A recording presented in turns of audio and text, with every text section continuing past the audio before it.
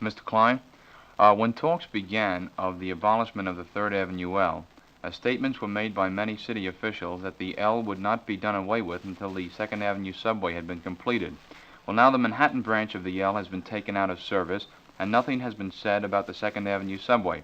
Is the idea of a 2nd Avenue subway still under consideration, or has it been abandoned? Well, I dissented from in the discussions to discontinue service on the 3rd Avenue L until the 2nd Avenue subway was started.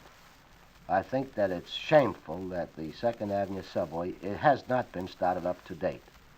But our authority, or rather the ex-authority as of July 1st, have made it very plain that nothing is in the offing for at least 10 years.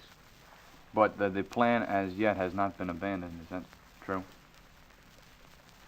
In other words, the idea of a 2nd Avenue subway has not been dropped. It's just that it's been postponed for 10 years or so? Well, it hasn't been postponed. It has merely been shelved. Oh, I see. There is, isn't there some allocation of monies for that 2nd Avenue subway in the capital budget?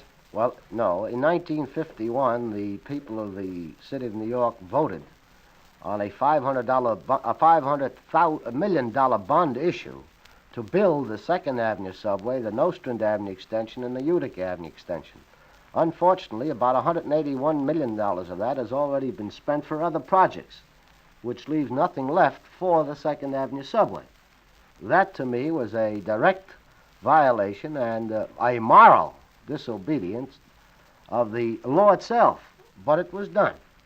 And that's That was how $181 million? practically $180 million has already been spent, diverted out of this original $500 million fund.